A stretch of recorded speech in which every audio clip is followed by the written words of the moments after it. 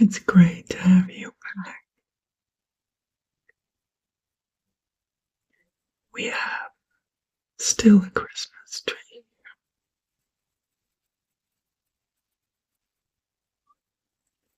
The reason for that is I have nowhere else to store it. So, in my house, until I do, it's Christmas on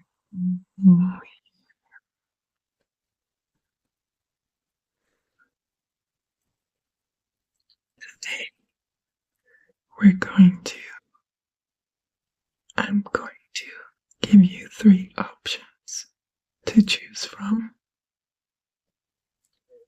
and I'll put the description, the link for your pile that you want in the description box below. So, we're going to choose a card today from the archetypes, the wild, unknown archetypes. Excuse the major headphones. I am quite new at this. I have tried to make my Wi-Fi earbuds friends with my microphone and phone, and they are not having it. And since I'm new at this, I want to wear headphones so I know and learn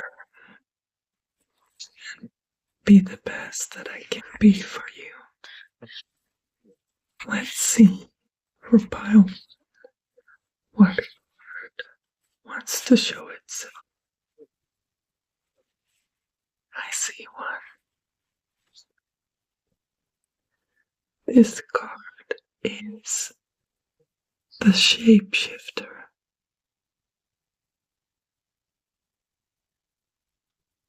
So remember this card. This is pile 1.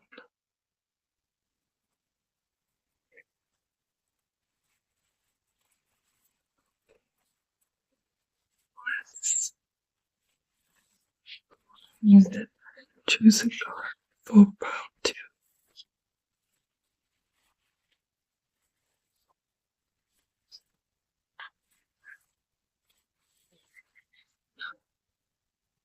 That's too many. Let's keep going.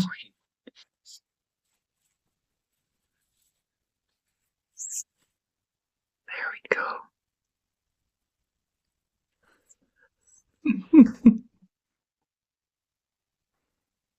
Sorry. I put a little sticker around where I have to look. And it just fell. Anyway, I think that's the card. Let's see which one this is. Oh, I like it. The mentor card. There you go. Beautiful owl flying in the night. And it seems like there is something going on underneath. Like it seems like a fire heart to me. But I guess we'll find out when we get to pile 2.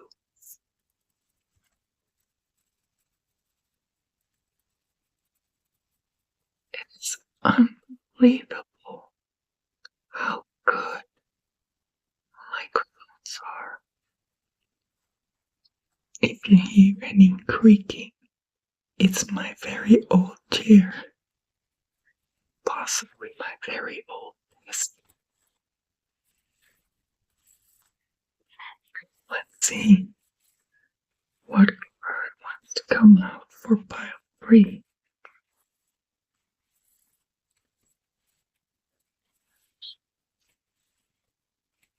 I hope you're having a wonderful start to your year.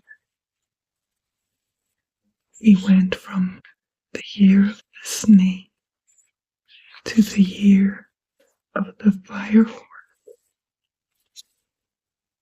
There it is.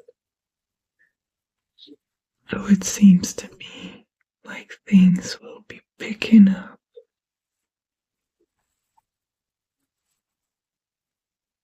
How amazing that we just mentioned the snake.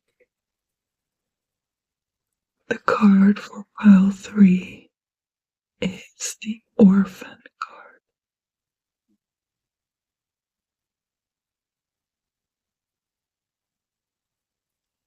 So, these are the choices for the piles. We have the shapeshifter, pile 1, the mentor for pile 2, and the orphan for pile 3. Which is it gonna be? Put the link to your pile in the description box below. As soon as I figure out how to do chapters, I'll make chapters for you.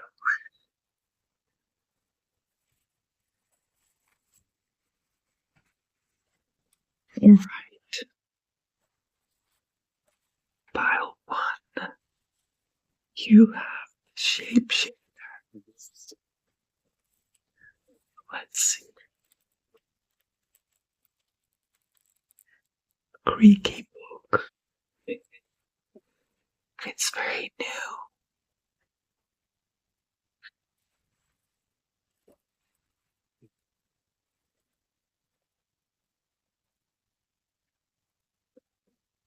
Luckily, it's only the book that is very creaky and not the pages.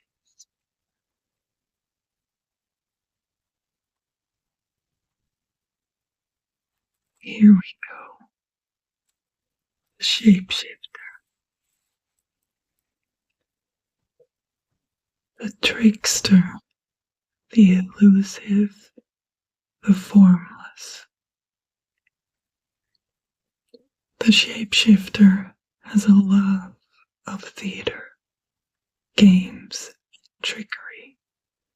Its energy appears as one thing, only to reveal a more complex story below the surface.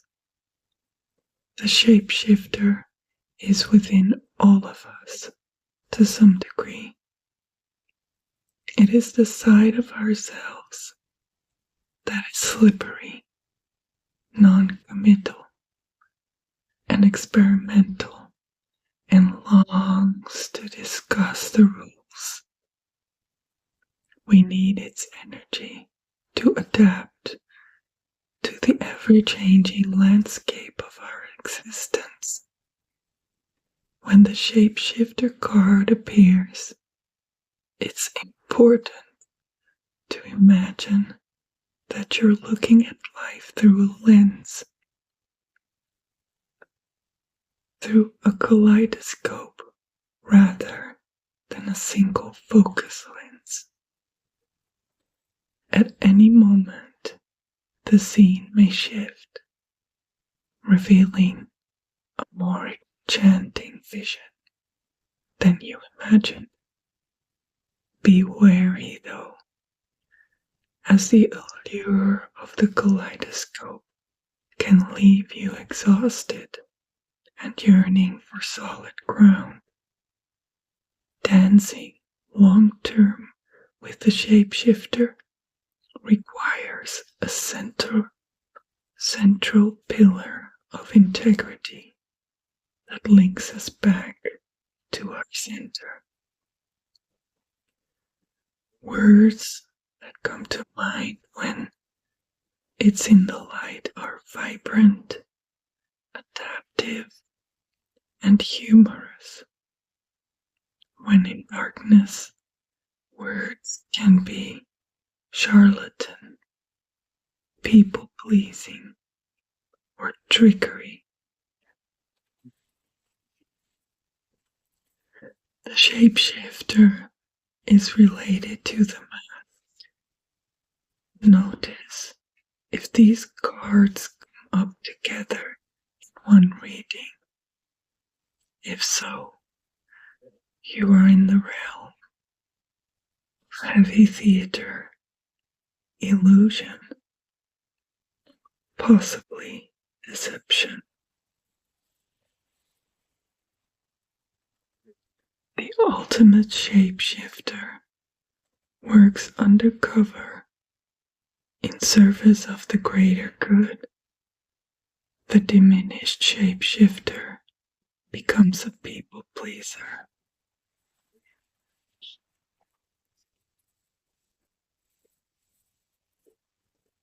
I think we just got a hint to take another card.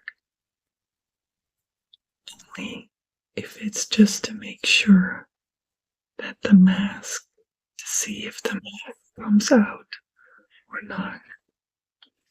So let's take another card from this deck.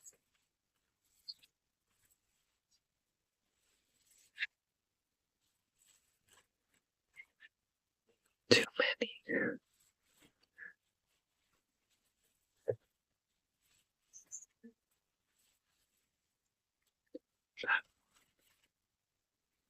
Let's take the doll.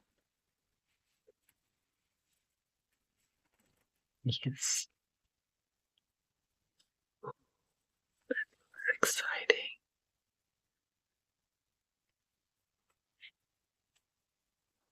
It's the ring.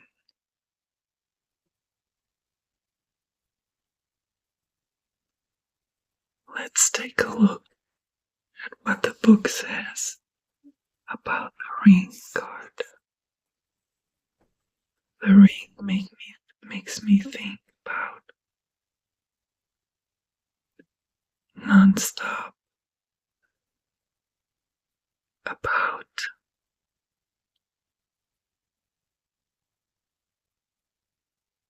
commitment,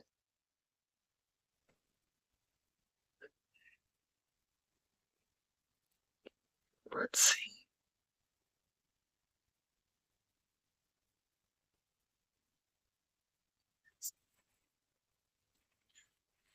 The ring,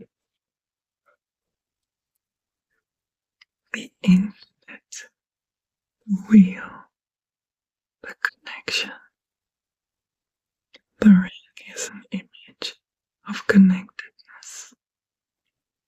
Rather than viewing the life as linear, as a series of progressive achievements, the ring challenges us to sense the cyclical, infinite nature of our world and experiences. Beginnings and endings fall by the wayside as we practice seeing ourselves as a part of the cosmic circularity of creation. For this reason, it's no surprise a ring is worn on the finger to represent eternal love that surpasses space, time, and worldly things. So much can be projected onto this archetypal image because it mimics the Earth's orbit around our great sun and the intimate bond between two lovers. The micro and macro united. This card allows us to deepen connection with self, other, and the world at large. Meanwhile, there may be a little ring waiting to adorn your finger. So this is a confirmation for me that the darkness that was mentioned and the trickery in the last card does not apply to your pile one reading light. When in light, it means connectedness, humility, and sacred cycles, like an ending of a year and a new beginning. When dark, unconscious repetition, starving for connection, kind of the same as the other card, because when you're starving for connection, you want to people please.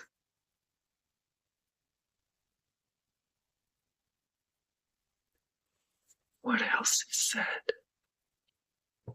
Study images of mandalas, the Unus mundus, the Ouroboros.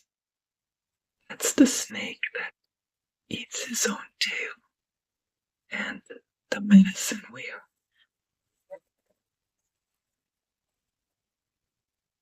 Take stock of the jewels you adorn yourself with. Watch out for rings that you wear out of habit and that keep you connected to the old you.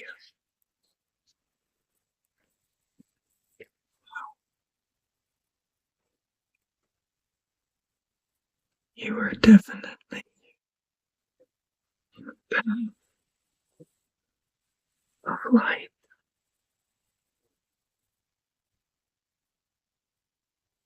What I find interesting is that in the shapeshifter card, you can kind of see the background looks like scaly skin of a snake. And the card of the ring, you can see a snake-like texture coiling around.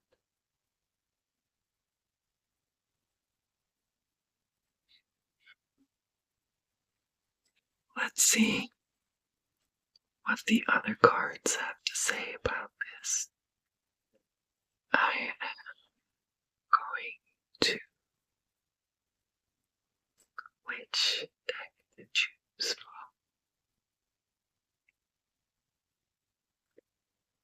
Let's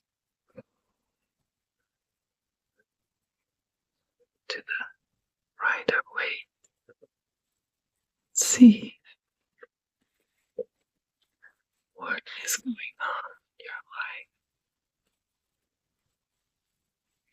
life. Dear spirits of light, please lend me your insight so that I may help pile one. What do they need to know about the cards of the shapeshifter and the ring? What do they need to know?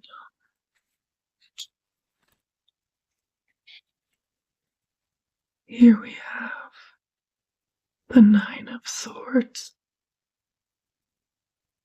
which is a card about sleepless nights, anxiety. But what is keeping this person awake?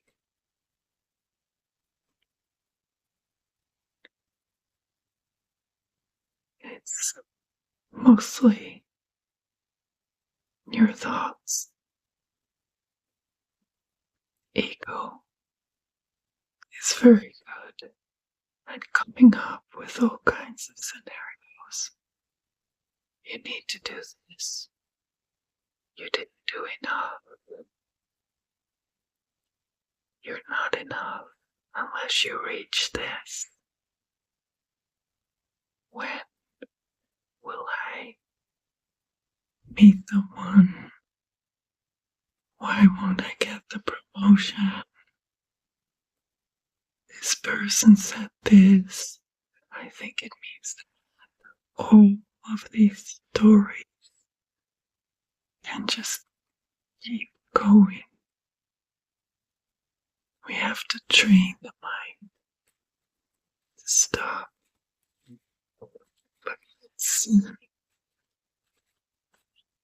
what the next card will say. I have a feeling a card is going to show that will say that this is stop. That maybe with the ending of the new year, you also ended something else.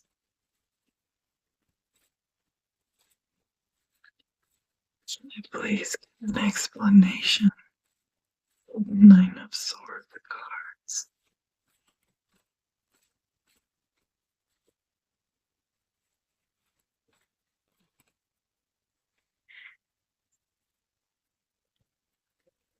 The card we have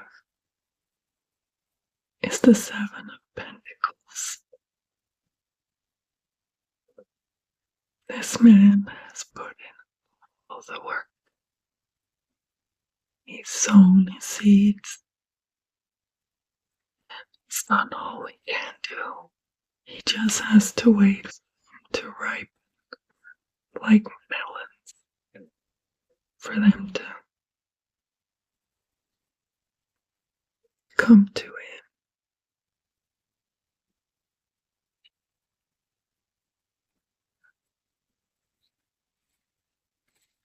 Let's get one more card.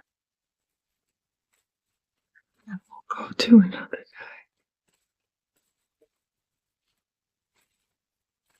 Please clarify the Nine of Swords, the Seven of Pentacles. The Nine of Swords. Swords is about the mind, thoughts. Pentacles are about foundation, wealth, earthiness, groundedness.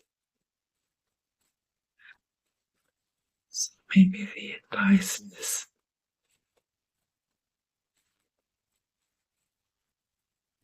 to stay grounded, not to give heed to these thoughts. A 9 is just before a 10. You're nearly there.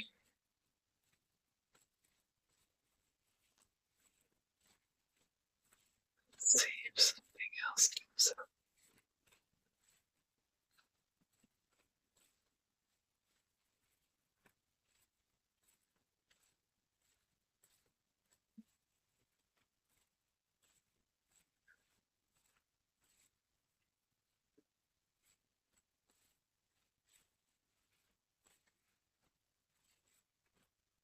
Yes, there it is.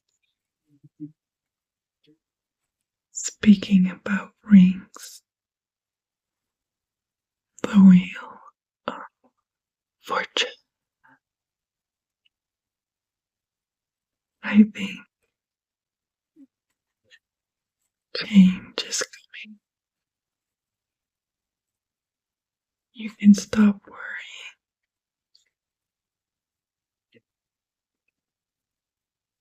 You've sown the seeds.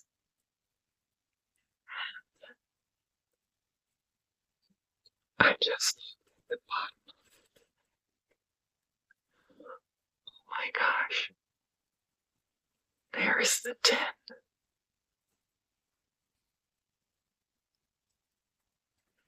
Let's go to another deck. Learn more about this. I'm going to go to my very own deck. I am creating a Harry Potter deck. It's not finished yet. There's a stack that still needs to be done, but a lot of them have been done. I have written on the blank cards what is supposed to be on there. So let's see what comes out. Please explain the Wheel of Fortune. What is the map? Please clarify the Wheel of Fortune.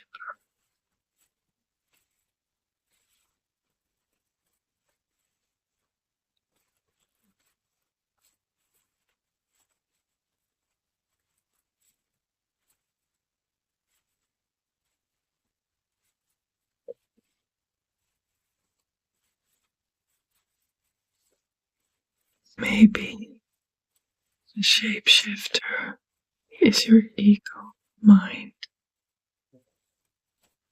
and the ring is showing together with the Wheel of Fortune that's gonna change. The shapeshifter is also the Nine of Swords. It's making you think you have to go there, here, and do that, and it's never enough, and you are not enough. Have you thought about this? Well, you're perfect the way you are. You were born perfect. You don't need to reach anything to be a someone. You were born as someone. The ring and the Wheel of Fortune are telling you just, and the Seven of Pentacles is saying you do enough. You've done enough. You can rest now.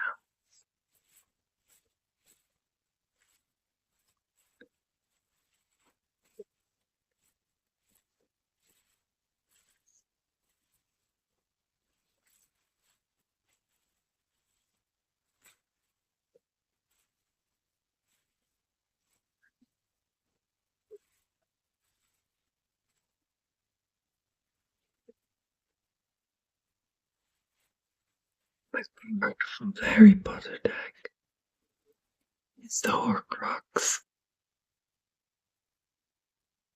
The Horcrux is a thing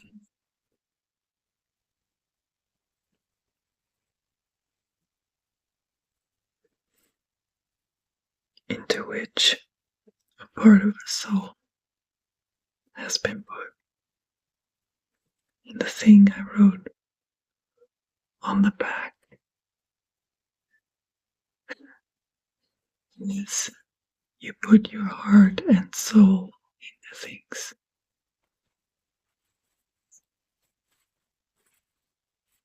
Now, of course, in the movie you have to murder someone to do this, but that's what I wrote. So, this is like the Seven of Pentacles. You put your all into something. Now, dear counterparts, please tell something what that thing is coming. Information on the ring, the Wheel of Fortune, outcome of Seven of Pentacles.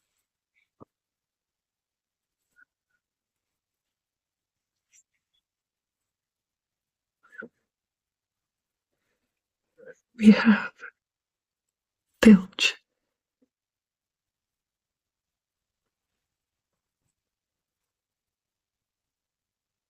And on the back I've written, a hater of your magic.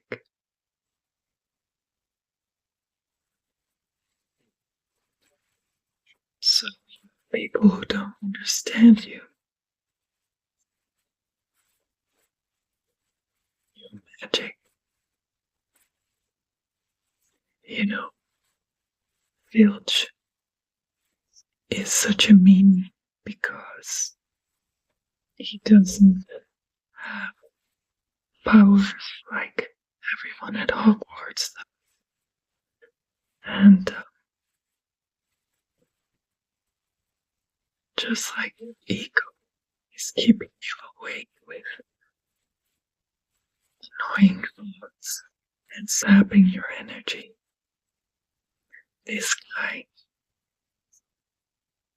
is mean at anyone who has magic because he doesn't have it and he's jealous.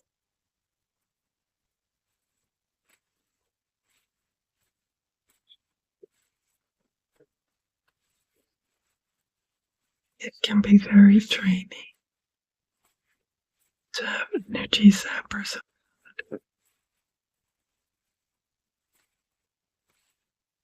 It can be very hard if your confidence isn't as good as normal. Let's say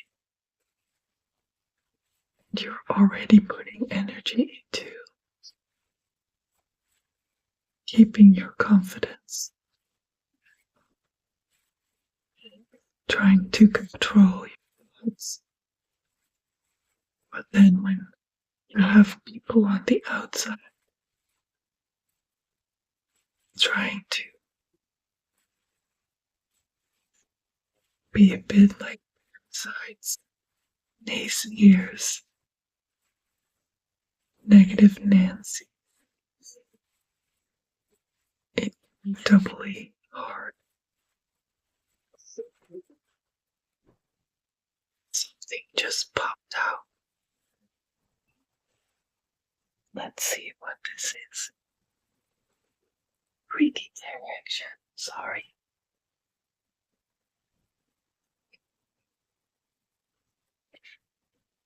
I love this card. It's the mermaid card. If you've seen the Harry Potter movies, then you know that Harry is in a competition and he receives an egg. And an egg is a beginning of something kind of telling, don't you think? And he can't figure out how to get the glue that's inside the egg until Moaning Myrtle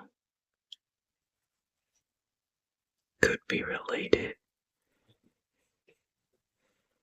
Tells him, you should have a bath and take the egg and go into the water. Water is about emotions, and emotions are inside of us. And some we are aware of. But there can also be stuff hiding in the subconscious, and you have to go very deep to get there. So maybe while you're waiting for something to show up, maybe you should go into the water and listen to what is said there. Because something is hidden down below. It's calling you. I'm trying to think of what the mermaid said. I think it was something, come hear us, where our voices sound. We cannot sing above the ground. An hour long you'll have to look to discover what we took. What they took. Basically,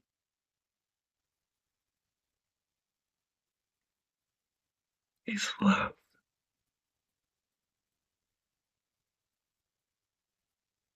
They took people that all the contestants cared about. And if you boil it down, it's about love. So maybe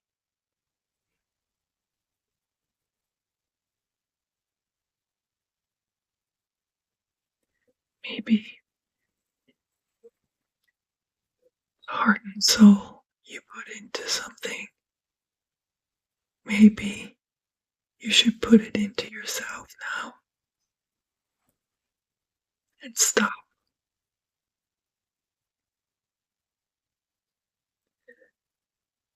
Stop being influenced by people who are just jealous of your magic, who don't understand it, and frankly have nothing better to do than to try and get energy by you, by riling you up, by getting a response, energy in motion. Don't ever forget, energy is everywhere. And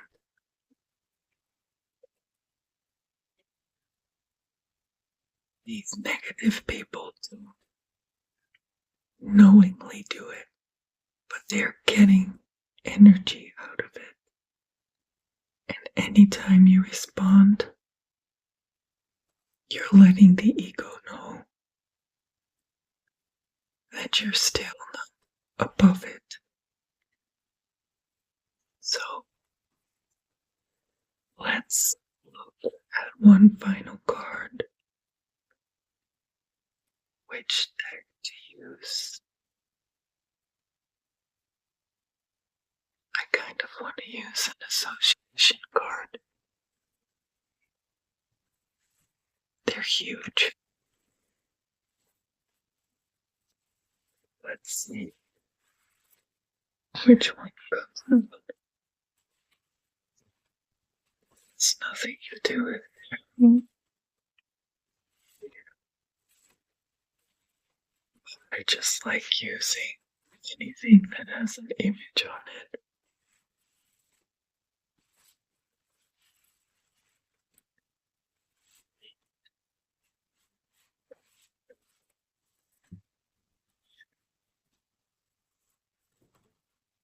The card is still turned over from the last ASMR reading I did.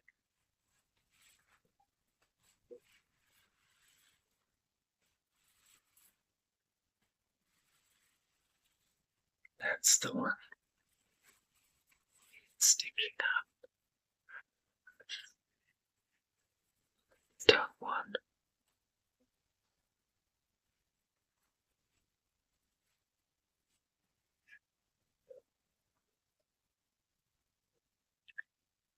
It's a card of New York. There's a lot going on in that card. Is this what the inside of your head looks like? Lots of impressions.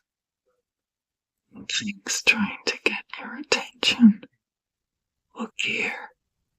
Have you thought about that? When are we gonna buy this? Do we have the money for it? All these people.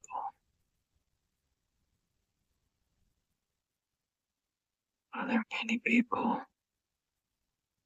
that you think about your attention, have an opinion on you?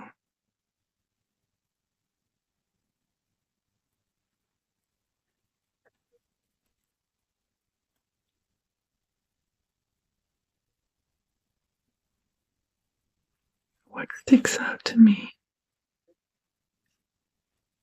are two things so far.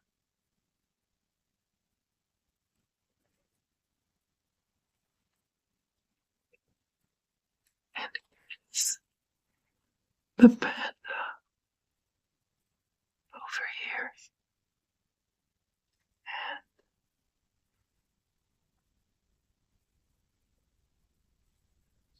this poster right here. It says beautiful. Basically, I kind of have to be like a panda. Get it into balance. There is always black and there's always dark and there's always light.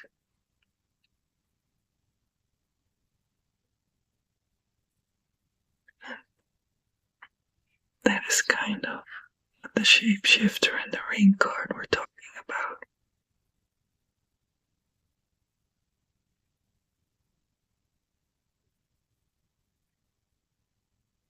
Beautiful. And there's an eagle.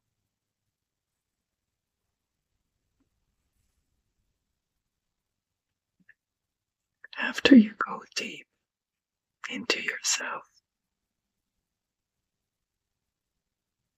into the calm, close to the divine,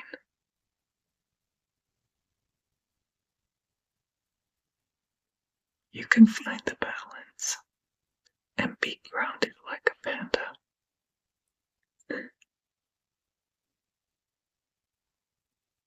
And nothing, no filch, will be able to disturb you. You'll just be munching on your bamboo like, I hear you. But you'll be looking at things with the eyes of an eagle. I saw that there were your cards. There were 3. I want to see all of them.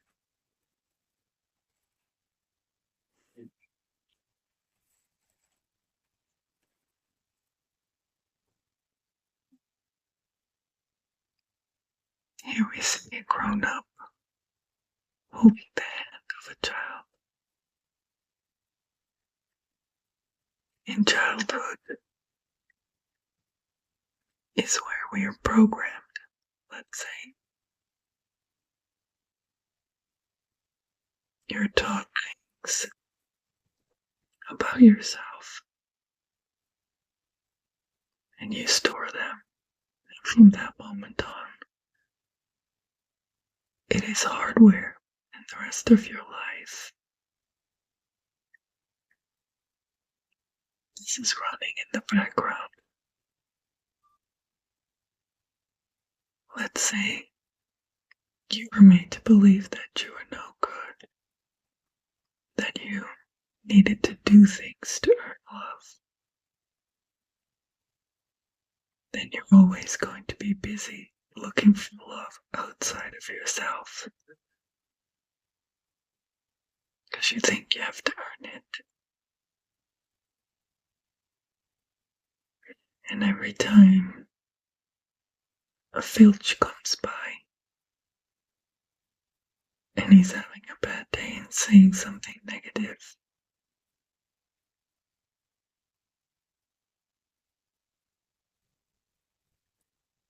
you may think it's a confirmation. And you'll start to think about it at night and you can't sleep.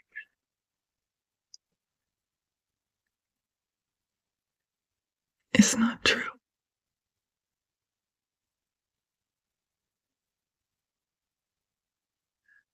Eckhart Tolle describes this as a pain body. This program. And it needs energy to run. It's like computer. And what it does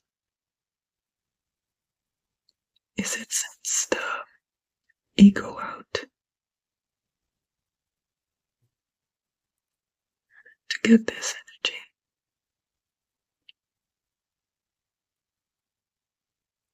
So let's say this Filch guy comes to work and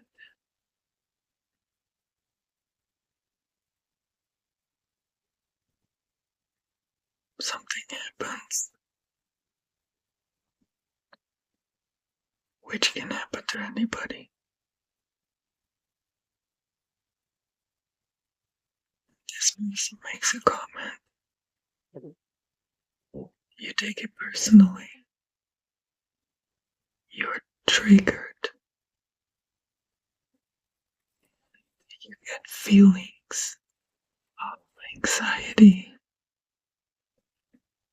or anger, anything that isn't loving.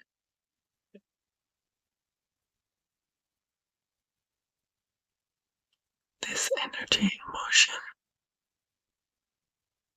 doesn't just feed the ego of the other person, Filch, but it also feeds your ego. It keeps it alive, and so you start a cycle. This ring over and over again. But I think you're turning a corner, and you've sown the seeds. The last thing you have to do now is to go inward and connect to the inner child. I think there is something still hidden that you need to know. And the third card is a child. What is going on here? Is there something you're not seeing? Is this child unhappy? Are you unhappy? Or is it playing? Is it waiting for you to find it? Find the joy again. And love, unconditional love.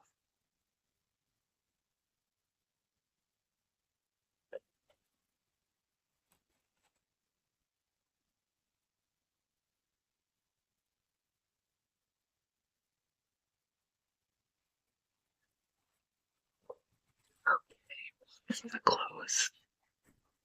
I keep looking at the wrong thing. I'm sorry. This is the deck. It's called Guidance from Source. Now, the book is in Dutch. I live in Holland. So it means I have to translate on go. So I might stop mid-sentence because I can come up with a word.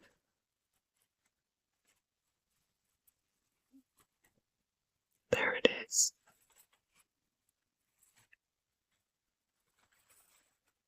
It is card number 21. It's beautiful. Kind of looks like a psychedelic daisy or something. The colors remind me of the heart and the crown chakras. 21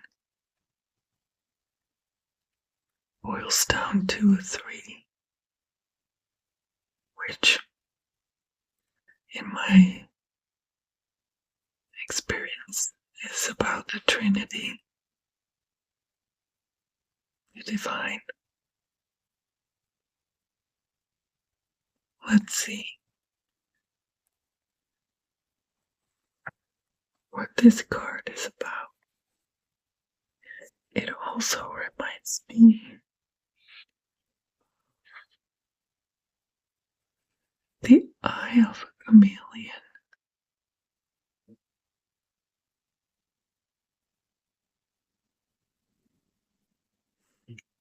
I'm reminded of, I don't know which movie it was, but there was a chameleon who had trouble fitting in. He always stuck out while the chameleon is supposed to be fading into his surroundings, becoming one with it. Do you need to become one with your surroundings? Anyway, so one day, the family that owned him or something, they painted the house to fit him. And he was like, "Can you see me? Can you see me now?" And everyone went, "No, we can see you." And he was so happy. Maybe you need to fit in with your surroundings, and that doesn't mean you have to be like them. I think, to me, it feels like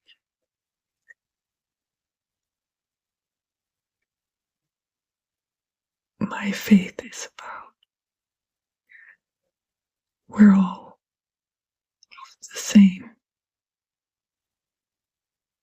I call him God and I say him, but I know it's the energy, it's the all, it's the nothing, it's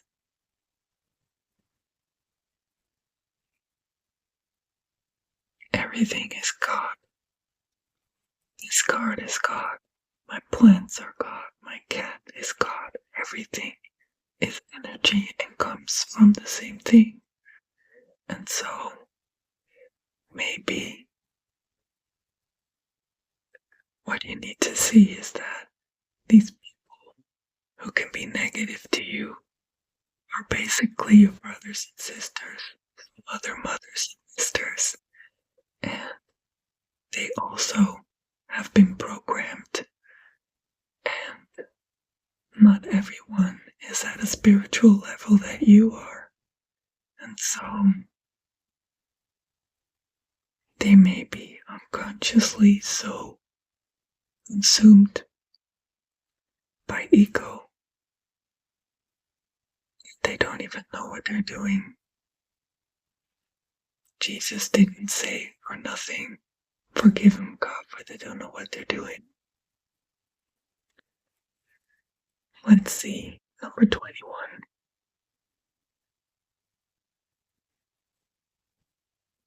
Receiving.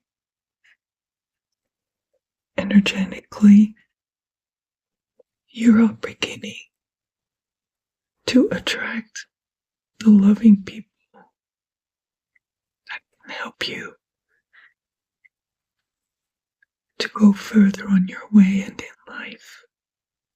These people support you emotionally and spiritually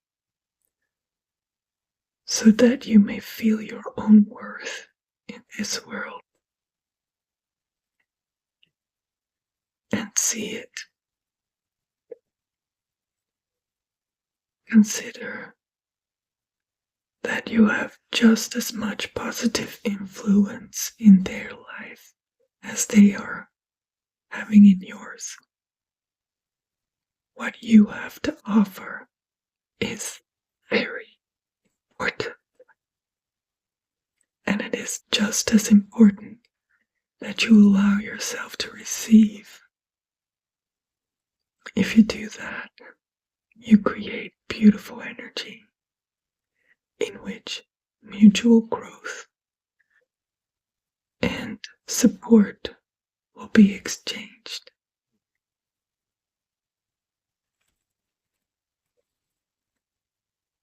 reading one that was awesome. I wish you all the best. Take your egg and your inner child. Get in the bathtub, in the shower. Take lovely snacks with you. Have a great time. And do some soul searching. Most of all, when you're there,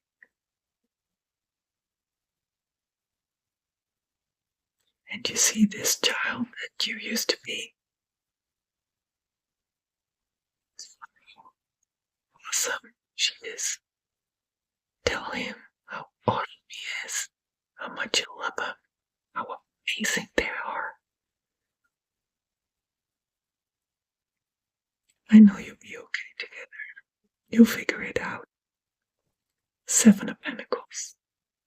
Wheel of Fortune is coming. People are coming. All you have to do is be calm. Go in. Find a love.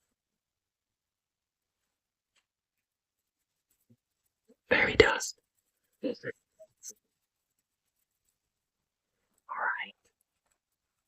Pile 2. Let's see what is going for you. If it is as cool as pile 1 was, well then, your year is going to start in an amazing fashion.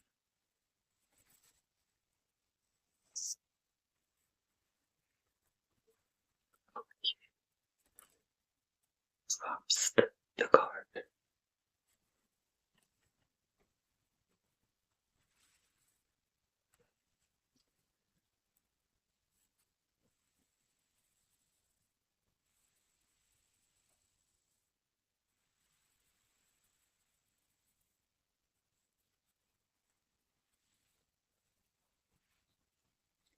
If you're listening to this and you have any advice for me, please let me know.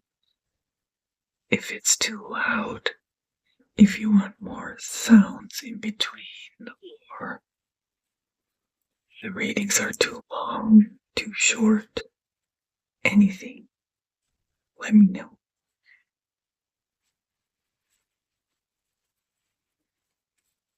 Okay, so we had your card is the Mentor card.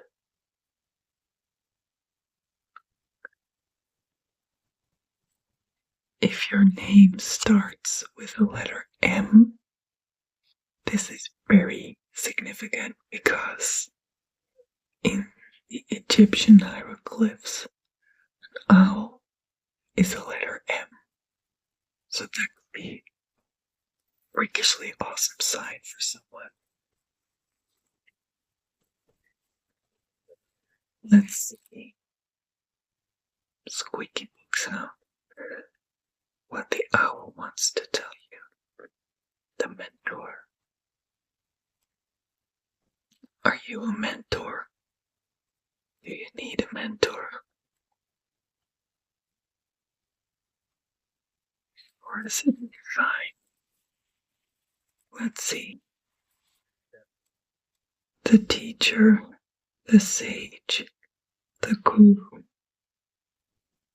It is said that cosmic knowledge,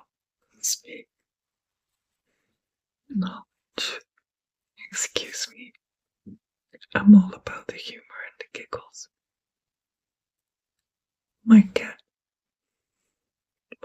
has woken up, so you might get some complimentary kibble sounds. And if you're really lucky, he will drink from his water tank and you'll hear the water bubbles as it fills up. Hi. What you want? You want to say something to pile number 2? Oh, really? Well, that's exactly what they wanted to hear. You have kibble. Go eat.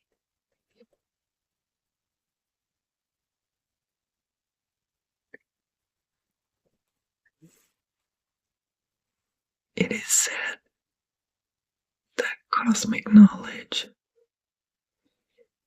pours down on the world.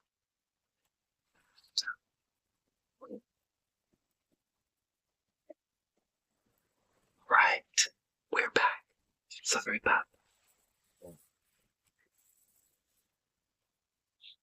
It is said cosmic knowledge pours down on the world like a great illuminated waterfall. This can be an overwhelming force. A true teacher, though, is said to be able to hold his flow of wisdom at bay, while the student sips from a focused stream. The mentor archetype has a gift for reading the room, for sensing the exact ingredient that will stimulate growth within the student, whether pleasant or painful. The mentor may appear aloof or available, harsh or tender, humorous or rigid. Their gift is to know what serves the soul. Ultimately, the mentor is in service of the greater cosmic good and aids in the elevation of consciousness. Anytime the mentor forgets this humble link and mistakes themselves for the source of enlightenment, the archetype falls into shadow. When light is focused, clear, bright, and remains a student. When in dark, it can be self-serving, envious of youth, righteous, rigid. Although it's typically true, parents are our initial teachers. The child will eventually seek a mentor figure outside of the home to assist their growth. Keep in mind how easy it is to project power onto another. Expressions, feet of clay, and cult of personality exist for a reason.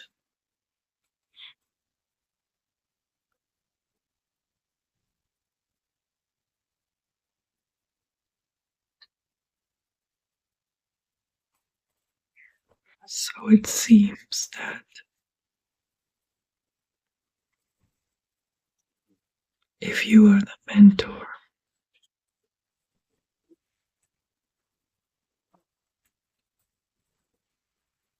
you might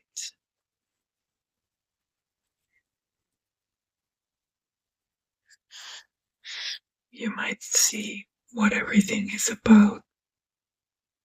Someone might come to you at work under the guise of wanting you to do something, and they're packaging it oh so wonderfully. Like, you're the only one who can do this. I don't understand how this works. Can you show me? And before they even got near you, you already know what they're up to.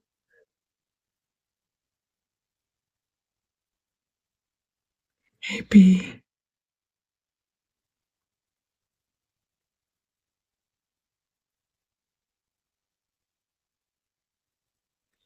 you can teach them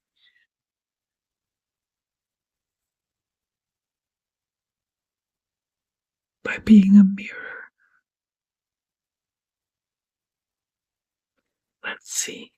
I want to take another squeaky old chair sounds. Let's get another card that wants to come out. Let's get the top one.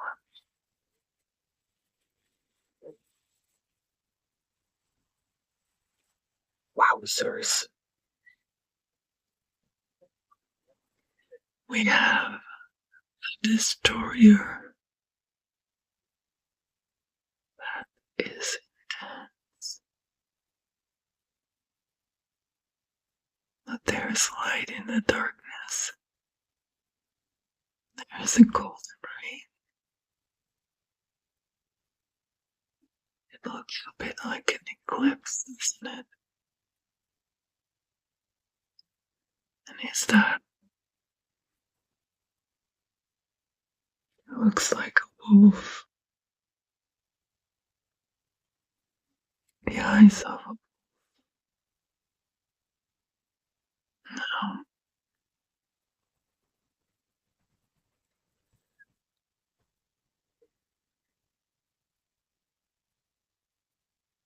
A wolf is a pack animal.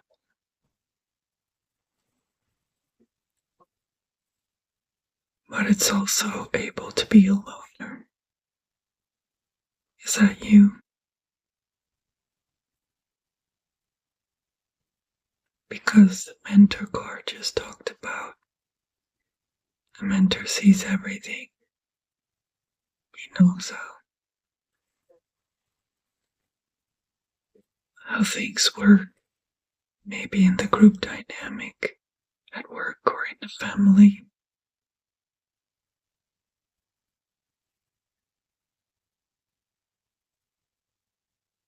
But you know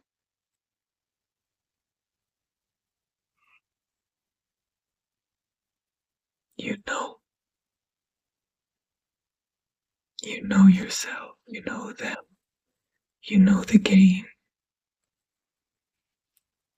Let's see what this is about.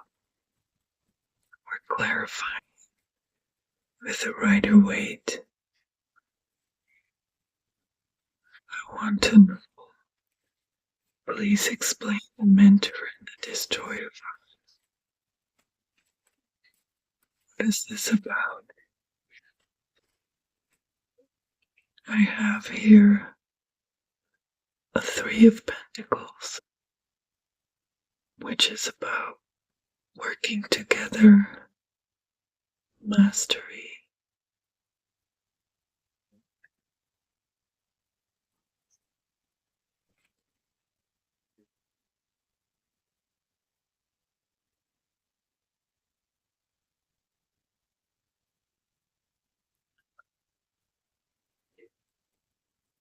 The three is also a trinity. What else can you tell us about Destroyer and the Mentor card, please? What is it about? Please explain the Three of Pentacles card for Palna.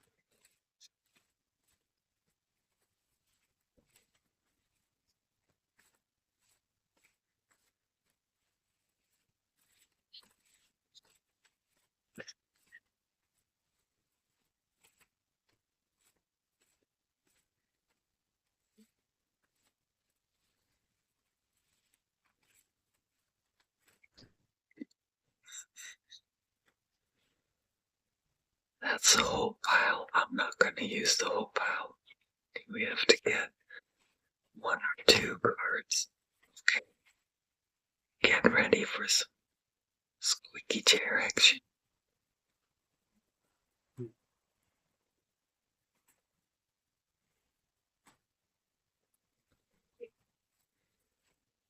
Please explain, clarify the Three of Pentacles card, please.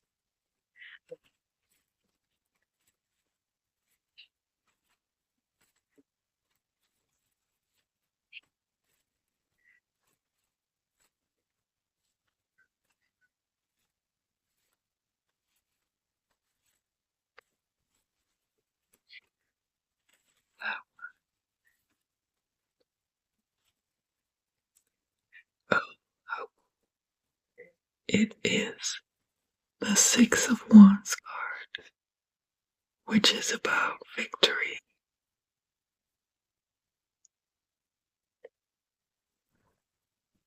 Excuse me. Choose burp. Um,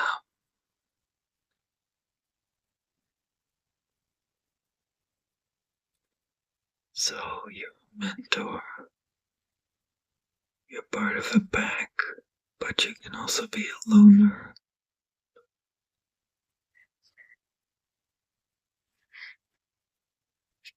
Are you?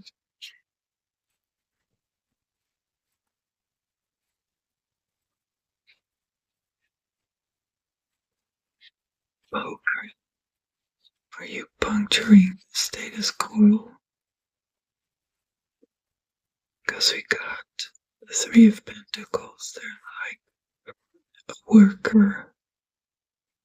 There's a possible architect.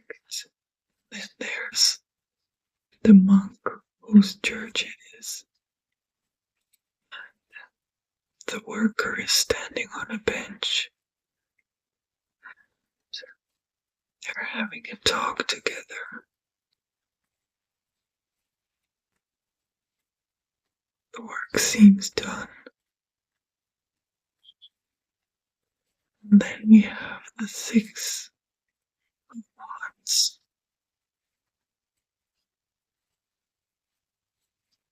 You're riding in. You're back from battle or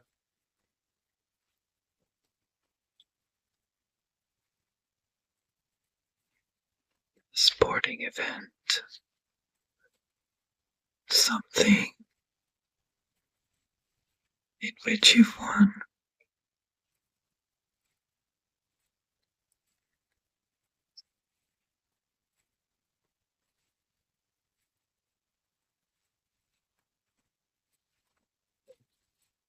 You have some more information, please, about the Three of Pentacles and the Six of Wands.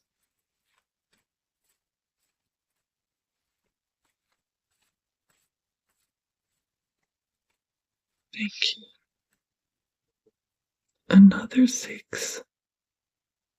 The Six of Pentacles.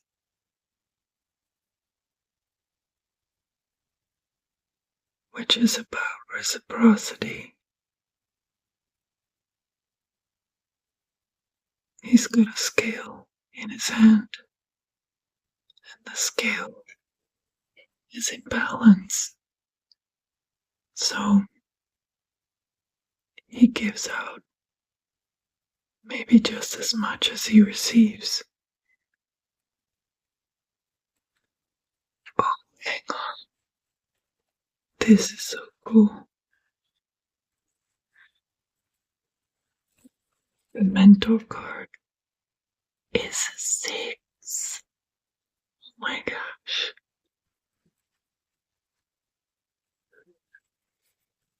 Sixes. Like the Six of Swords. You got two sixes from the Rider-Waite deck. The other two sixes are Six of Swords, which is about moving away. You're going to calmer waters. And then the Six of Cups. Let's look up the Six of Cups and see what is surrounding the card.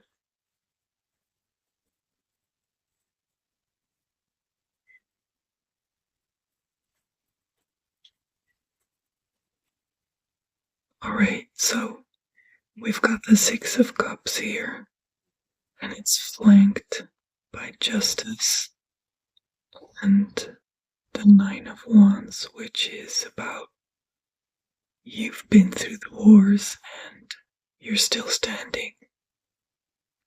And Justice in the Sun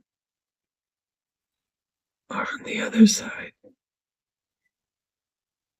The Six of Cups can be about childhood.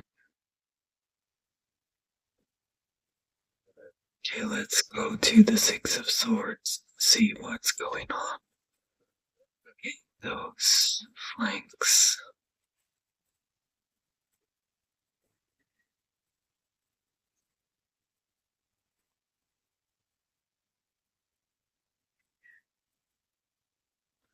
Okay, Six of Swords. Next to it is a Five of Cups, a Judgment.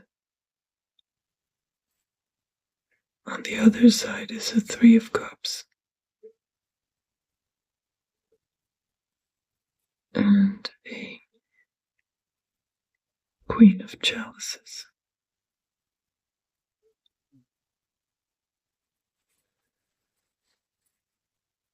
Let's pull one more card. Stack.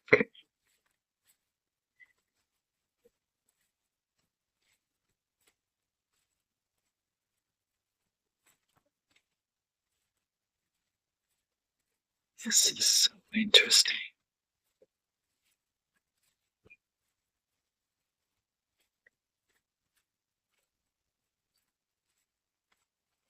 It kind of feels like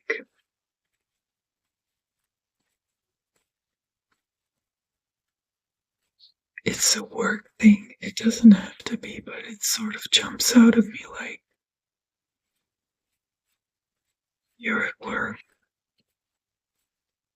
You know how everything works. You know everyone and what they're like, what they're capable of, what they're not capable of. And then there's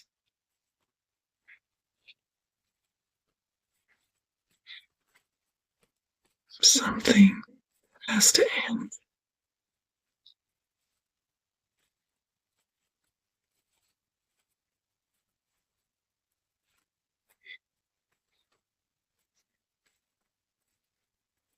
Maybe you're doing too much. You should get more money.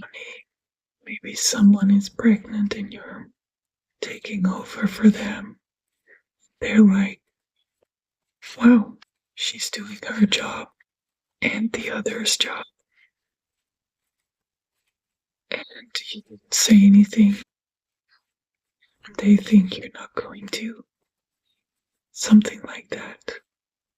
It could be in a friend group, it could be in any type of social situation, but you're in the know. There's a congregation of some sort, and you're gonna come out victorious. Finally, you're going to be able to receive what you put in. There's going to be a balancing of the scales. Alright, that one wants to come out. Justice. That's awesome.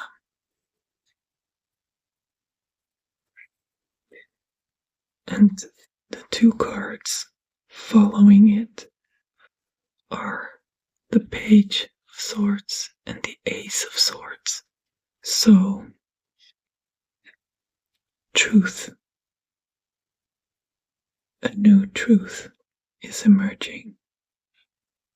This truth has a crown. It's handed to you from the divine.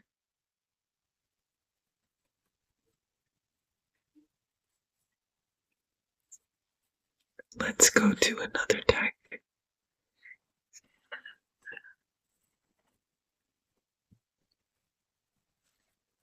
See if we can get some more information.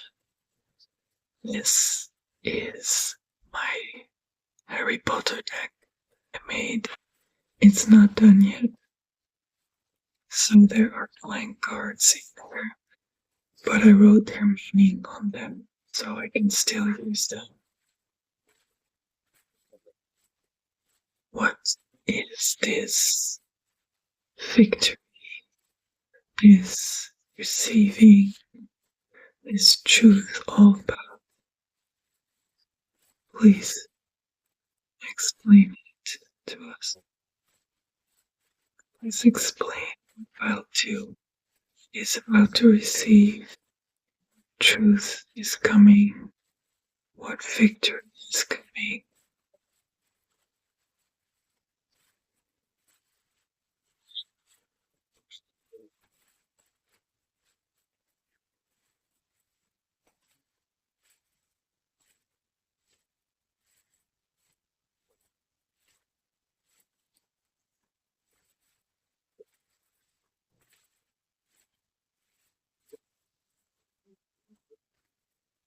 These two seem to need to come out.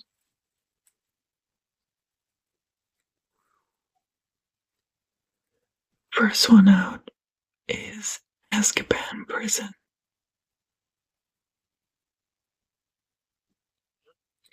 And I've written on the back something that's holding you prisoner.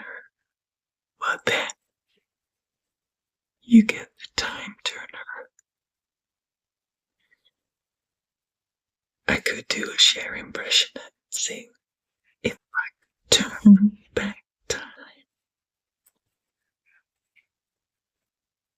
You're breaking free. How freaking awesome. Something that's been going on. No more.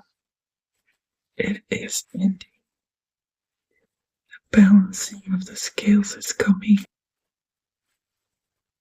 You're riding on your horse into the sunset with your laurel wreath on your head.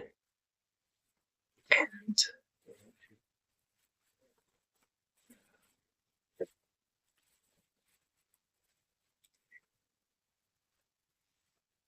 an owl flies in the dark.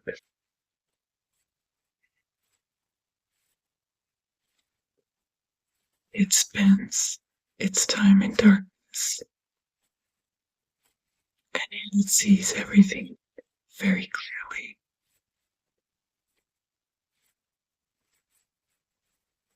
It can spot a rat from miles away.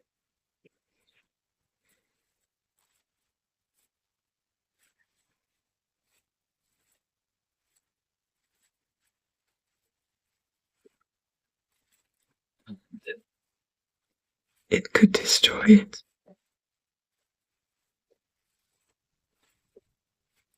It can see it running through the field. What a dope animal. Look at it. Why isn't it hiding? Why is it walking there in the middle of the field? Don't they know about owls? Don't they know I know everything? I can see everything.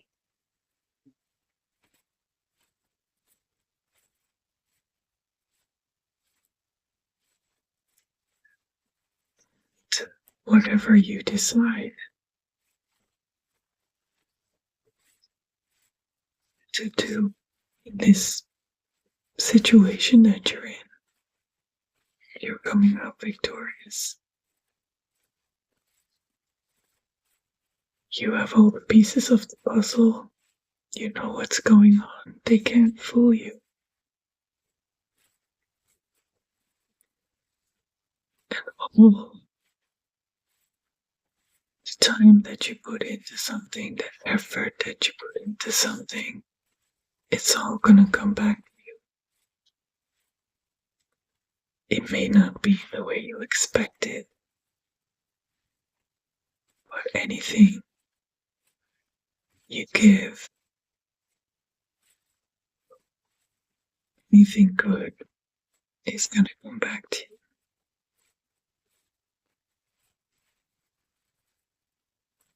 Anything more that we need to know about this, God, thank you. Please drop is a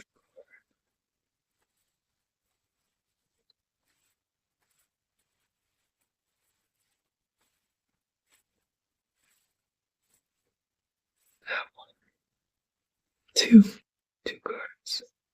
It's one. That is so odd. You got the room of requirement.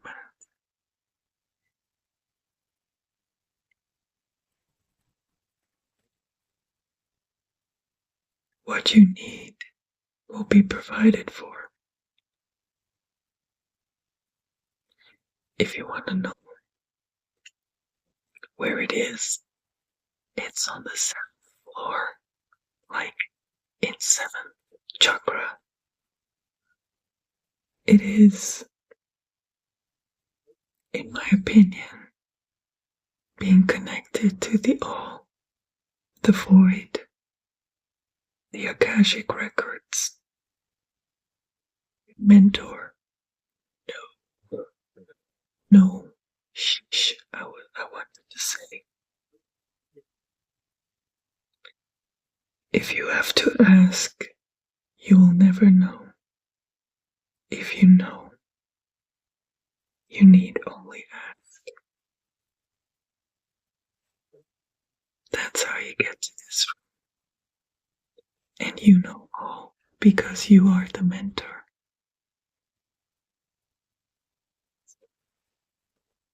You're getting an get out of jail free card. Be a mental prison. Physical prison, like a job you don't like. It can be anything. But time is going to be turned back. Things are going to even out. I will look up the symbolism of angel number 666. I would not think about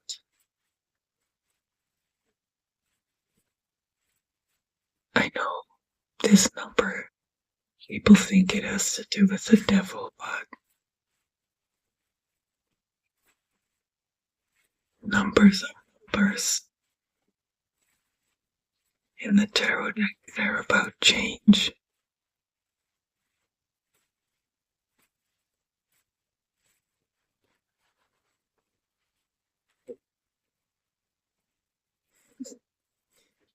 Last card, the Marauder's map. You got it. You know where everyone is going. You know what they're up to. There is nothing that is hidden from you. This is the confirmation.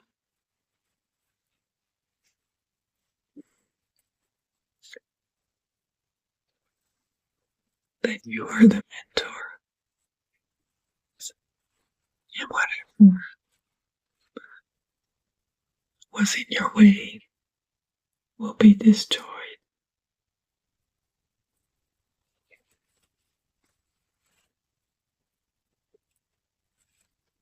There's be some kind of meeting. Maybe you're gonna be there. Maybe not. But you're leaving prison. Do you see that? That is a breakout. And what's kind of cool, the prison is a triangle. A trinity.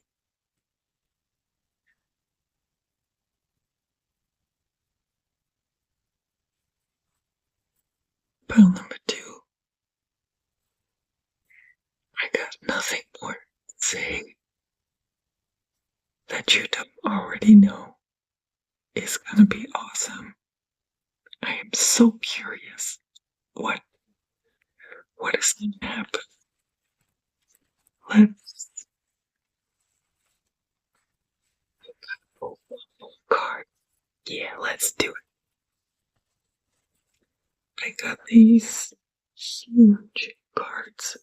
They are not tarot cards, they are association cards.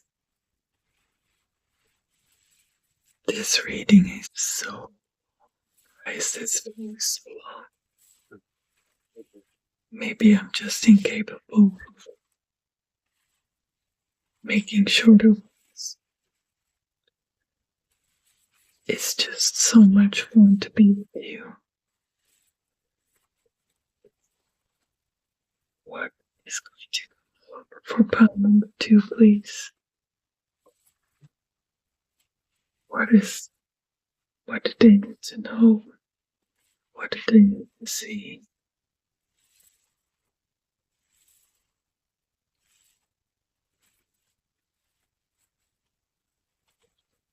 Make one card stick out for me, please.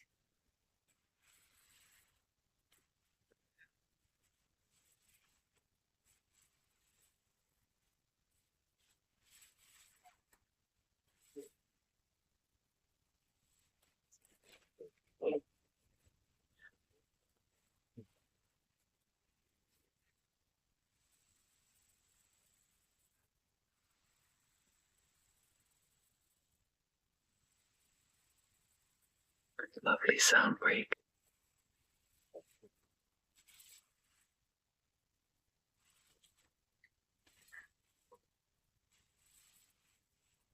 That's the one. Do you see it? It's sticking out. Oh my gosh, I'm so excited for you.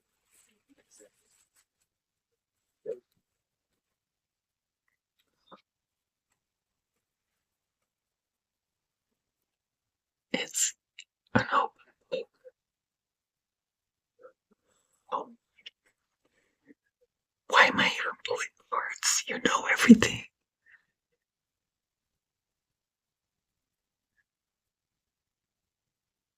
Something is an open book for you. They cannot pull the wool over your eyes. You got all the information. You got the access. You got into the room of requirement. Wow, that's hard to say. Room of requirement. And you haven't got one book open. You got 4 books open. 4 books. 4 is a square. And if you put it flat, you have a basis. Knowledge. Your knowledge is your basis.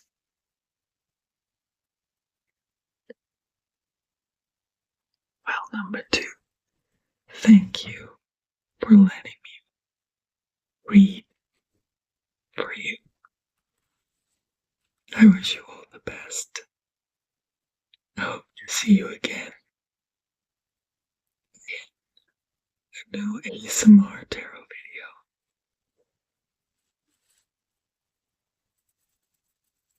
Bye. Maybe dust. Never have another that. Pile number 3. Okay, pile number 3. Hello. If your reading is going to be anything like pile number 1 and 2, I might as well just go lay in my bed and never come out again. I mean, come on. It's so amazing. Okay, let's do a recap. You have the orphan card, which is a number 5. A 5 in the tarot decks are usually about loss,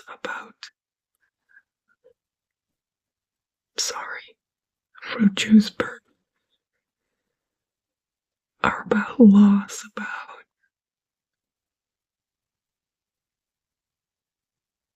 not being your happy-go-lucky self, stuff is bothering you.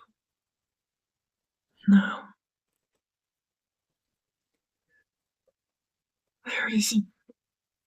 it says orphan. Are you feeling alone? Do people not understand you? Are you missing love in your life?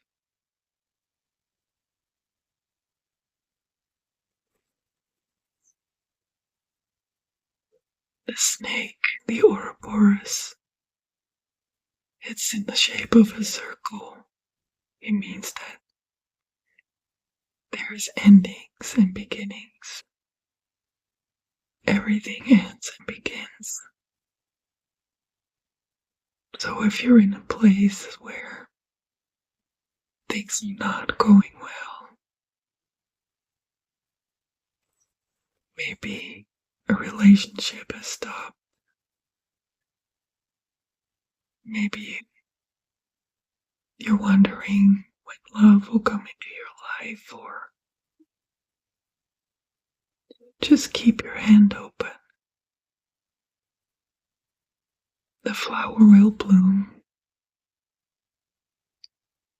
The trees and nature is a perfect example of letting go. It's my cat.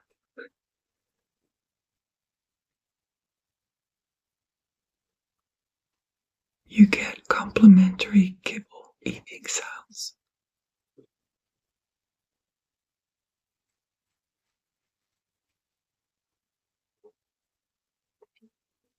My cat has, his name is Toby. He has about 3 teeth. So it's not so much chewing. It's more just trying to get them in there and swallowing.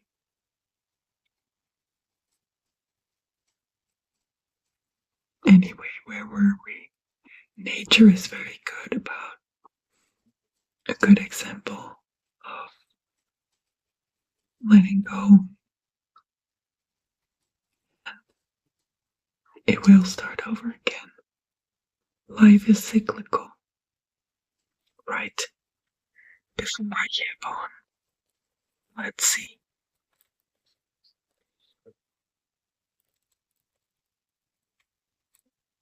Creaky sounds. Was it good to me? Was it yummy?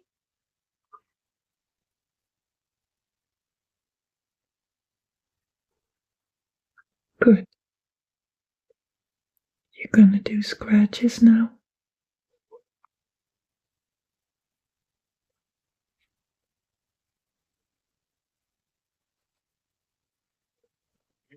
Right. Let's flip right.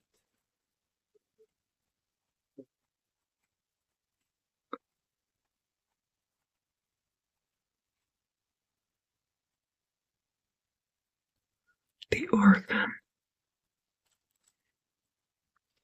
The wounded child. The abandoned. The beggar. To study the orphan is to study the deep and challenging energy of our time. We are never more connected, yet face collective isolation. The refugee crisis haunts our planets. Children are separated from parents, and the earth begs for our attention. We are in a time of universal orphanage, of nature, of each other, of our own hearts. Take refuge in the fact that we all share this core wound and dilemma. It is normal to fear this card, as it haunts the caverns of the soul. When it appears, take time, real time, to be in the presence of the feelings this card stirs in you. Let it humble you. What are you starving for? What is the deepest gift you can imagine giving to others? What has been rejected is quite possibly what is most needed, dear one. When in light, it means deep solace, deep acceptance, deep love. When dark, it can mean being distant, hates and avoids, control and limiting. Tenderness beyond tenderness is required. Imagine holding yourself in your hands to recognize that each one of us fears rejection and isolation is to take one step towards the orphan. More kindness, always.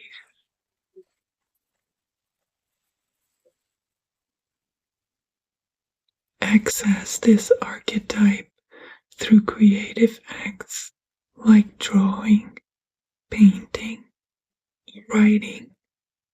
Keep it simple.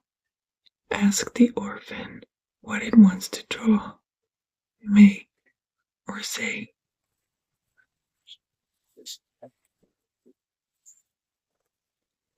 Let's pull one more card from this deck to see if we can get a bit clear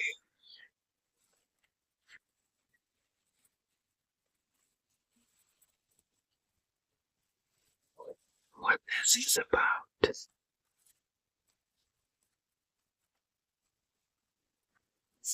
Okay.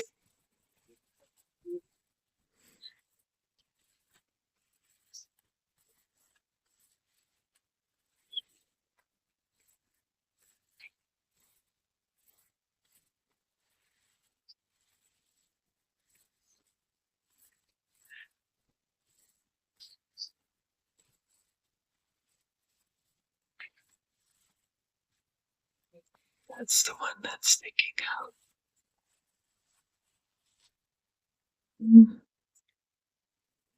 It's the card of the siren.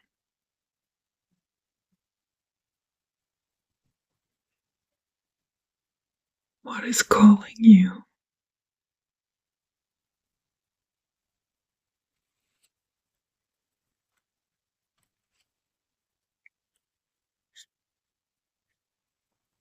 Let's have a look.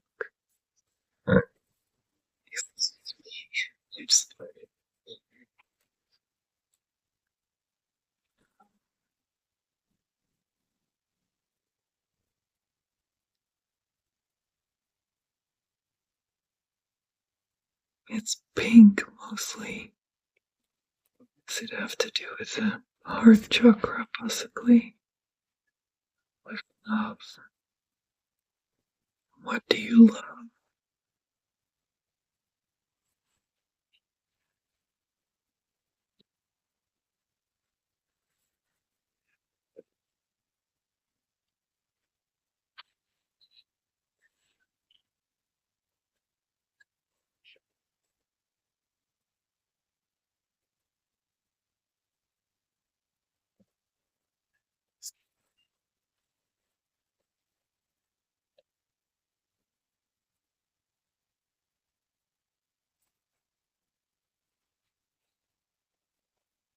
It seems the Roman numerals are starting to get me.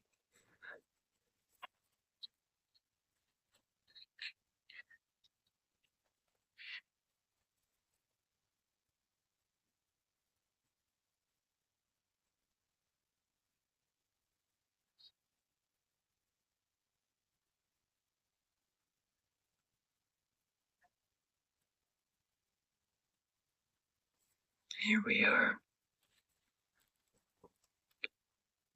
The temptress, the seducer, the femme fatale. The siren calls and the world spins. What we thought we wanted pales in comparison to the sweet allure of her song.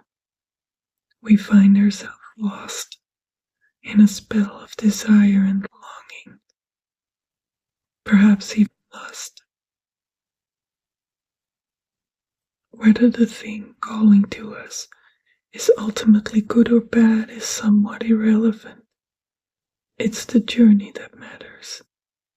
And the work of the siren is to take us on a deep psychic descent.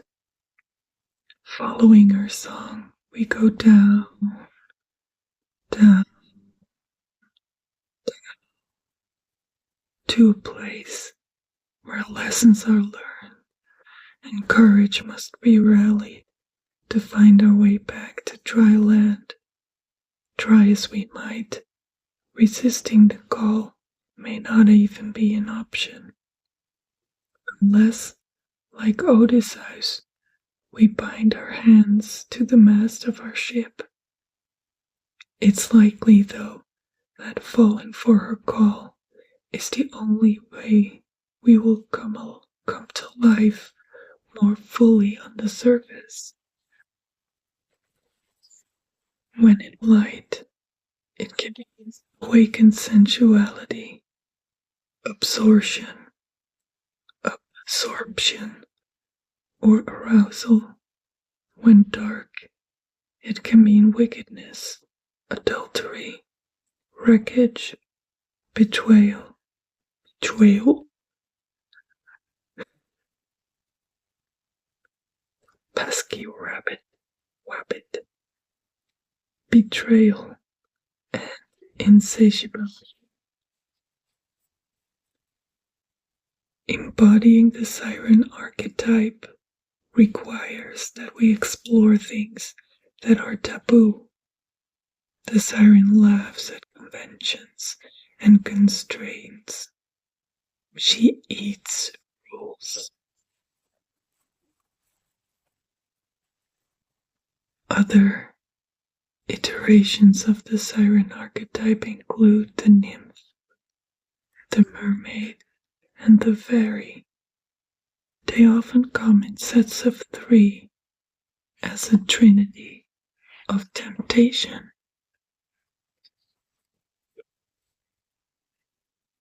This is really intriguing. So, you're feeling left out in some way, out of the ordinary.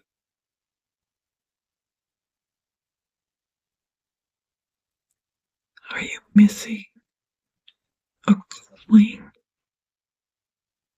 Are you missing your joy? Let's use the Rider-Waite tarot deck to get some more information about this.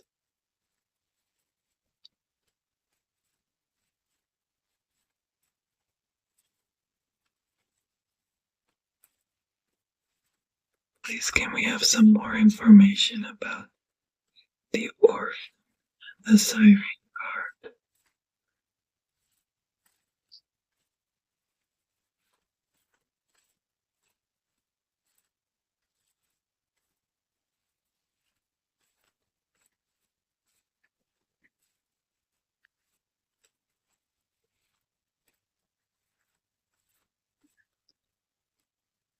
There it is.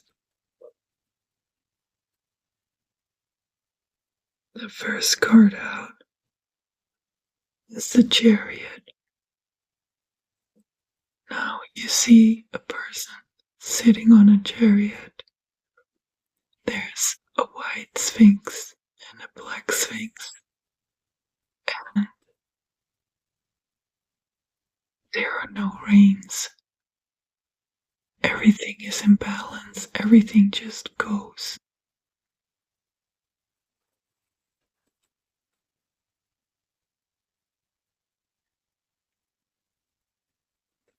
The person is holding a staff, though.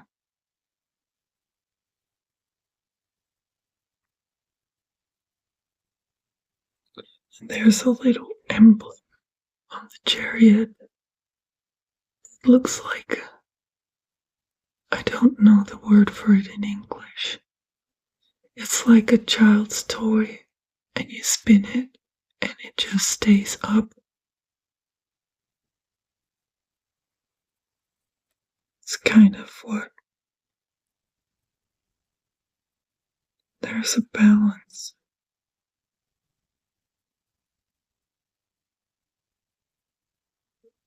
He has a star on his crown, moons on his shoulders.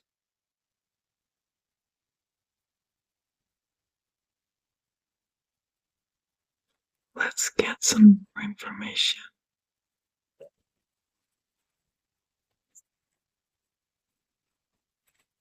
Does this mean that whatever you're longing for, whatever you're missing, you are drawing to you like a siren, like a magnet?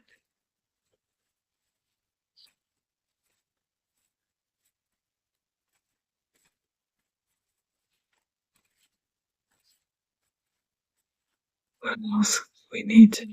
Can you please explain the chariot card? Thank you. You're so grateful.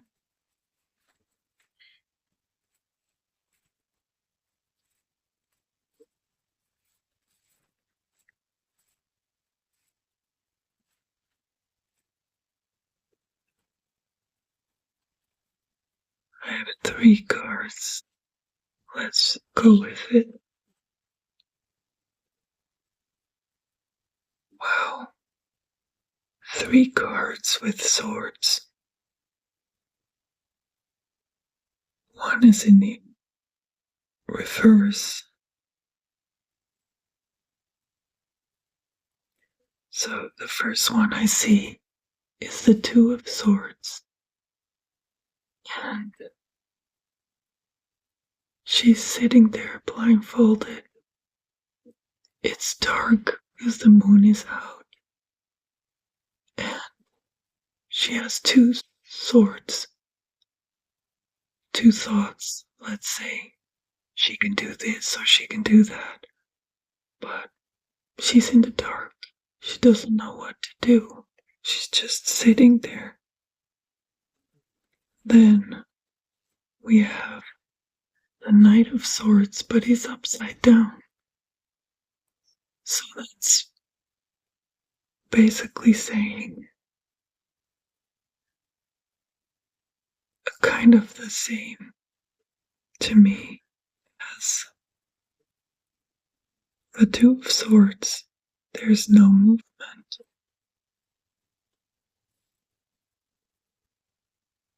Maybe the advice is to not move forward, to just sit. Sit in the dark.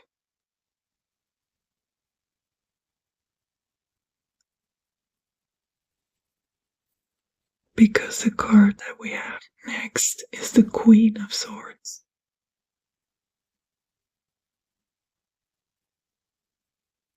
Now this woman, please don't mind the genders. She's a Queen of Swords. She is in no doubt of what to do. She has butterflies on her crown.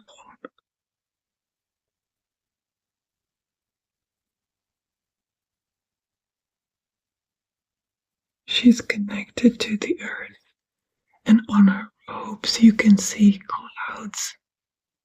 Air is the suit of the mind of swords. Swords are the mind. She knows what to do. So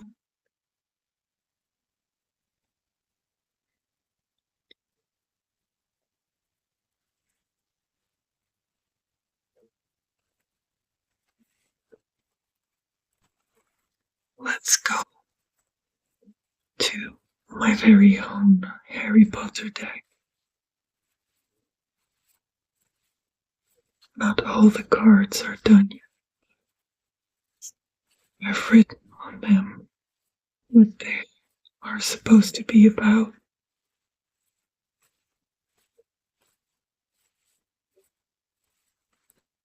Hoopla. 2 cards. The first is a book of monsters.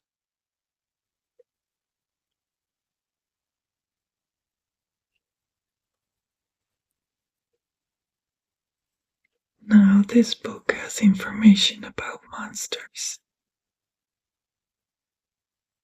It teaches you all the tips and tricks about them, but you gotta know how to open it. If you just open it, it's gonna try and bite your head off. You have to know the way, and it seems like cards are telling you that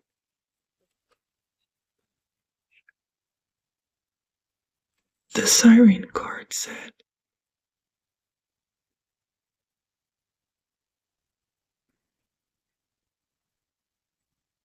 there's things that can lure you, but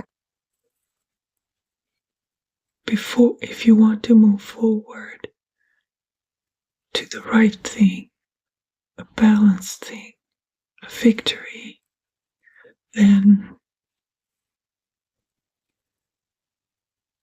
just hang in there. Don't move forward, just sit with it a while, because then you'll get to the Queen of Swords energy, and you'll know what to do and how to go about it, what is the right thing. If you move too quickly, you open a book of monsters.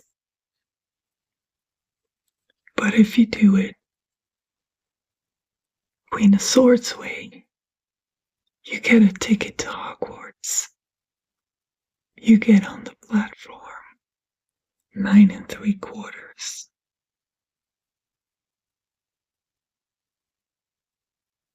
A 9 3/4 is almost a 10. And 10 in the tarot is the ending.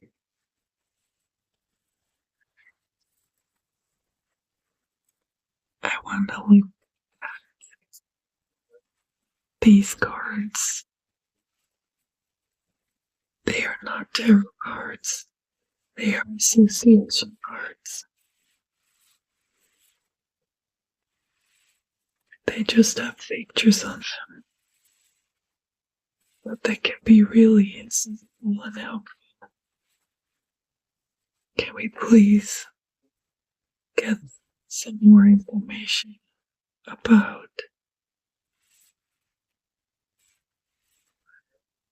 what the outcome may be?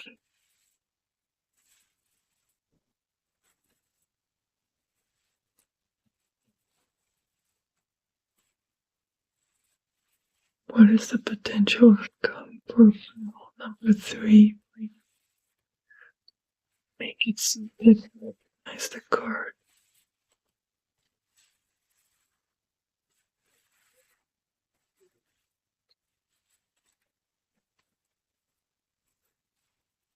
Normally, you shuffle quickly. I shuffle until a card falls out. There it is. Now I have to shuffle ASMR style, and I'm learning. The divine is helping. Oh wow. We've got rugby players.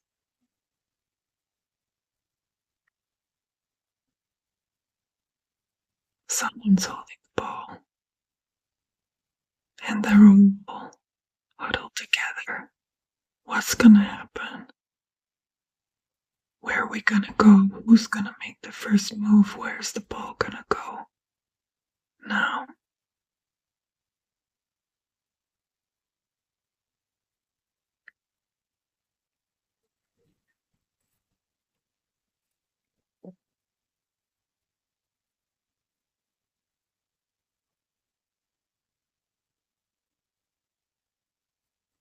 I like that. One team has kind of yellow shirt and the other team has blue. It reminds me of the sun and the moon.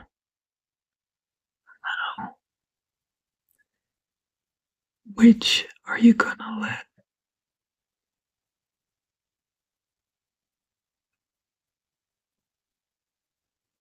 Which are you gonna be influenced by?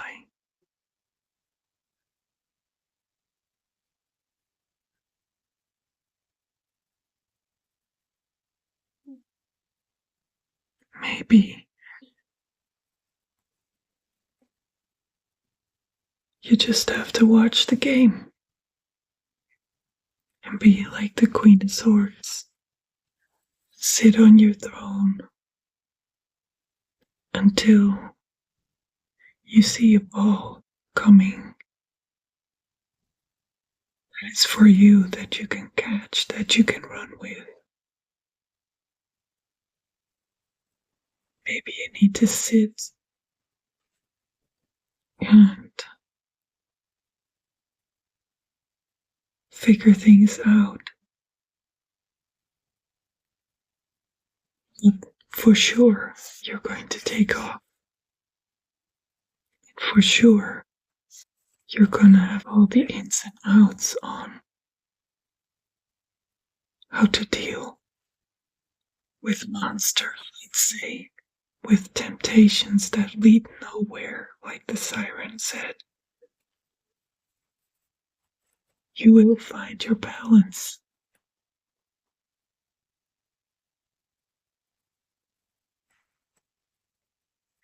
As long as you don't storm ahead. Like, I suddenly just thought about how dogs can go, oh, and they don't even look where they're going. And there can be like a body of water covered by a mossy substance or seaweed, and they don't even recognize that it's not grass, and whoop, in they go. It's kind of like that. Take a second when you see the ball coming. When you're in, take a second to figure out the game. Be like the Queen of Swords, who is the queen of transformation. If something happens at work, they're reorganizing, and people have to leave, don't assume that it's you and start straight up. Change doesn't always have to be a bad thing. Maybe if let's continue with the job thing. Maybe they give you money when you leave and you have time to take this holiday that you've always wanted. Or you can take the money and find a job that suits you better, because when you're being honest with yourself, you've been feeling like the last half year that it might not really be your thing anymore. So,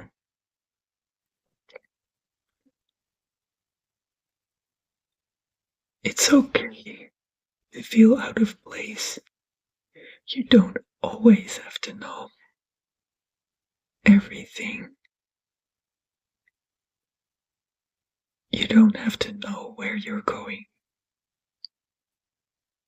The universe knows what is meant for you and what you're awesome at. And if you can sit back on your throne and trust,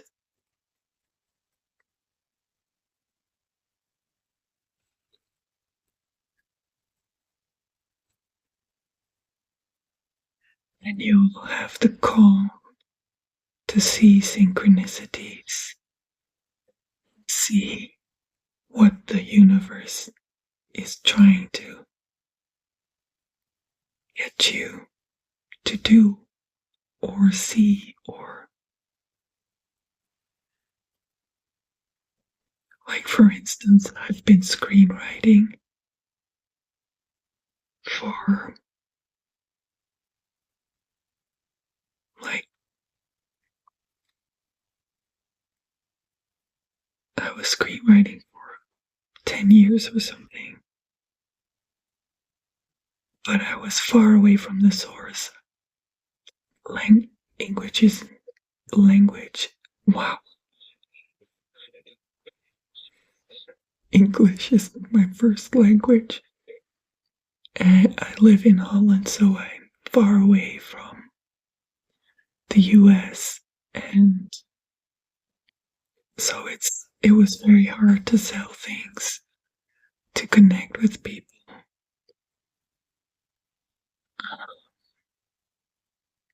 And at some point, God just let me know, like, you have to stop. And I was like, what do you mean? And I just got like, you have to stop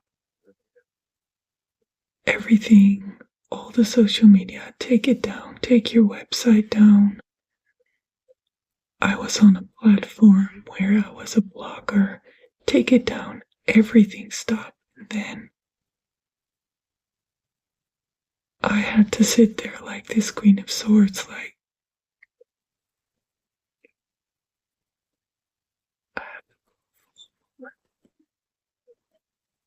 okay, I should get water next time because it's hard talking in a whispering voice. Okay, had some water, better now. And I thought, I work 2 days a week. My ego brain was for weeks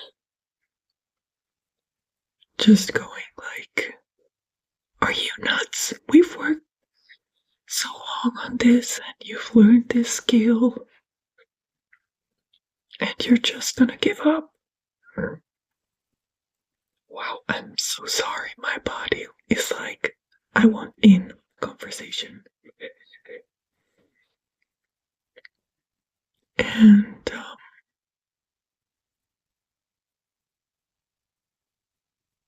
but it wasn't just that. I was also advised not to watch TV, not to read books, not to listen to music, no input whatsoever. It was a bit of a thing, I can tell you. But then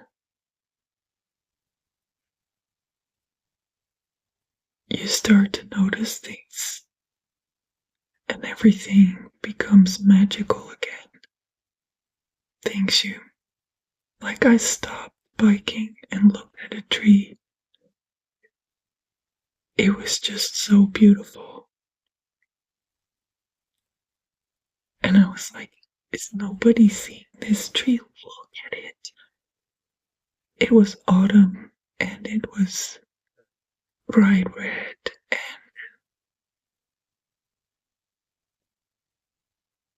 I still remember it. So amazing. And then at some point,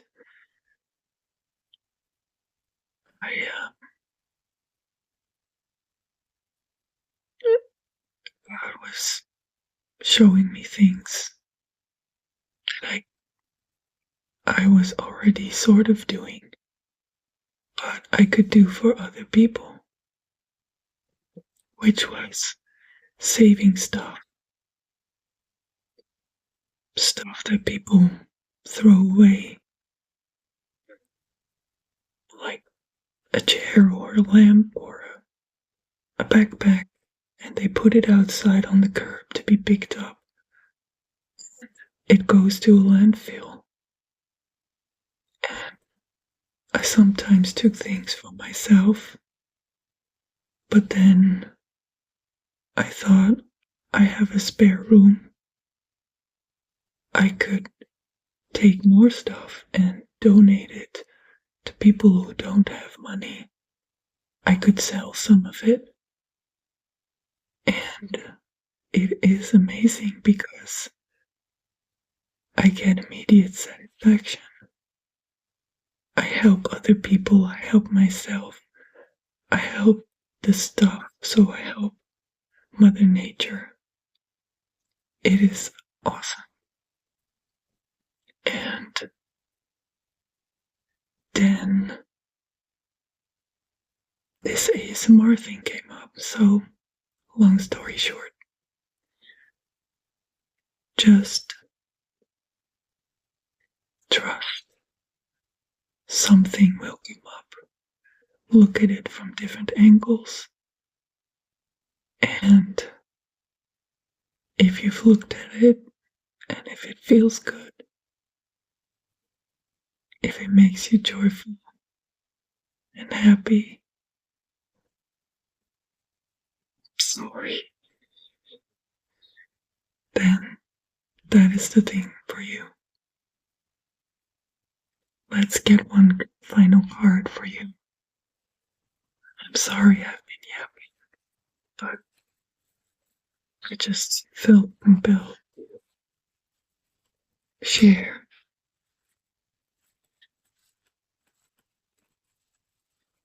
I am an orphan, have been for a very long time. I've also always been the weird one, and it can be very hard.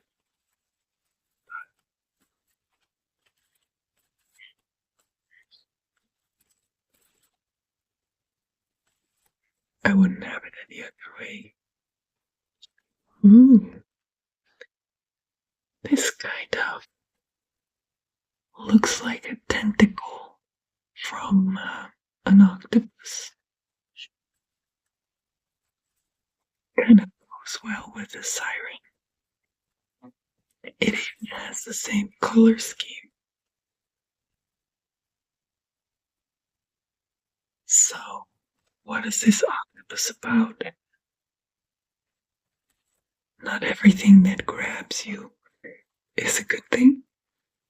Let's see. By the way, it is card 27, which makes it a 3, which is Trinity Divine. Now, this book is in Dutch, so I might not be as fast with reading because I'm translating it. It says new direction. Energetically, your life is ready to head in a new direction. But to let this happen, you have to say yes consciously. Are you aware that you do the same every day, that you've ended up in a rut? It's time to loosen yourself from this daily routine that you've entered. It's time to be spontaneous. That's how you give your energy the chance at something new and renew your passion for life. The energy of the universe can flow, and if you consciously release from the routine and the set patterns in your life, this will clear space for the new and the different to manifest. Wonderful.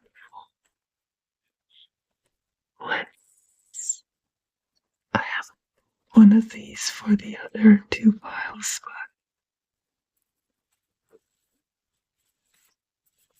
I feel to pull one more card for you.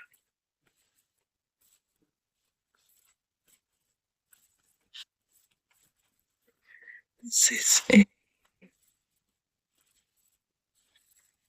it's It's a meditation, chants, and prayers deck from the energy of prayer. If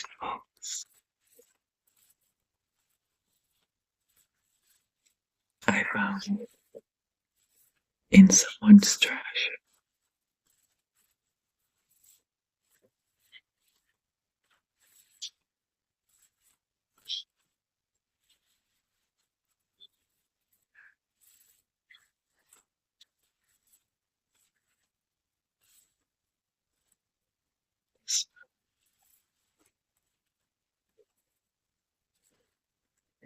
If you run after peace and happiness, you will never arrive.